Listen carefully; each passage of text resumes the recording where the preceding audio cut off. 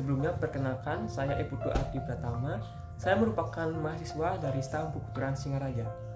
Nah, di video ini saya akan membahas mengenai kerusakan lingkungan hidup. Nah, kerusakan lingkungan hidup di Indonesia semakin hari kian parah. Kondisi tersebut secara langsung telah mengancam kehidupan manusia dan juga tingkat kerusakan alam pun meningkat risiko terjadinya juga bencana alam. Penyebab terjadinya kerusakan alam dapat disebabkan oleh dua faktor, yaitu akibat pertama oleh peristiwa alam dan juga akibat ulah manusia. Kerusakan lingkungan hidup dapat diartikan sebagai proses deteriorisasi atau penurunan mutu dari lingkungan tersebut.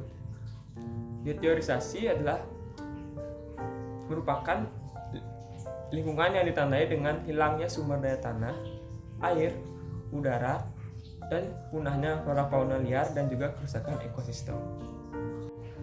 Kerusakan lingkungan hidup memberikan dampak langsung bagi kehidupan manusia. Pada tahun 2004, High Level Threat Panel Challenge and Change PBB memasukkan degradasi lingkungan sebagai salah satu dari 10 ancaman terhadap kemanusiaan. Dan juga Warwick's Report yang dirilis Jerman Alliance for Development Work, United States University Institute for Environment and Human Security pada tahun 2012 pun menyebutkan bahwa kerusakan lingkungan menjadi salah satu faktor penting yang menentukan tinggi rendahnya resiko bencana di suatu kawasan. Penyebab kerusakan lingkungan hidup secara umum bisa dikategorikan sebagai dalam dua faktor, yaitu yang pertama peristiwa alam juga ulah manusia yang seperti sudah saya sebutkan tadi.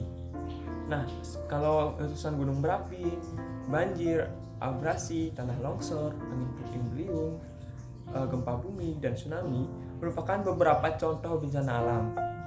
Bencana-bencana tersebut menjadi penyebab rusaknya lingkungan hidup akibat terjadinya peristiwa alam.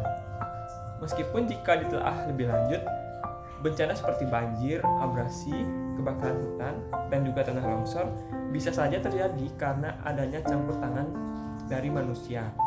Begitu. Nah, jika penyebab kerusakan lingkungan yang kedua adalah akibat ulah manusia. Kerusakan yang disebabkan oleh manusia ini justru lebih besar dibandingkan kerusakan akibat bencana alam. Ini mengingat kerusakan yang dilakukan bisa terjadi secara terus-menerus dan cenderung meningkat. Kerusakan ini umumnya disebabkan oleh aktivitas manusia yang tidak ramah lingkungan, seperti kerusakan hutan dan alih fungsi hutan, dan juga pertambangan, pencemaran udara, air dan tanah, dan lain sebagainya yang masih banyak dilakukan oleh manusia yang bisa menyebabkan kerusakan dari lingkungan hidup tersebut. Nah, maka dari itu, mencegah kerusakan alam adalah tanggung jawab kita semua. Alam yang indah ini perlu kita cintai karena alam merupakan ciptaan Tuhan yang tiada bandingnya dan tiada gantinya. Alam perlu dijaga dan jangan sampai merusaknya. Merusak alam merupakan tindakan yang sangat tercela karena akan mengakibatkan dampak yang buruk di kemudian hari. Oleh karena itu, pentingnya meningkatkan kesadaran diri kita untuk tetap menjaga keasrian alam agar tidak terjadi lagi kerusakan ekosistem yang lebih meluas. Nah, sama seperti halnya kita di agama Hindu, kita melakukan bantuan di pohon-pohon,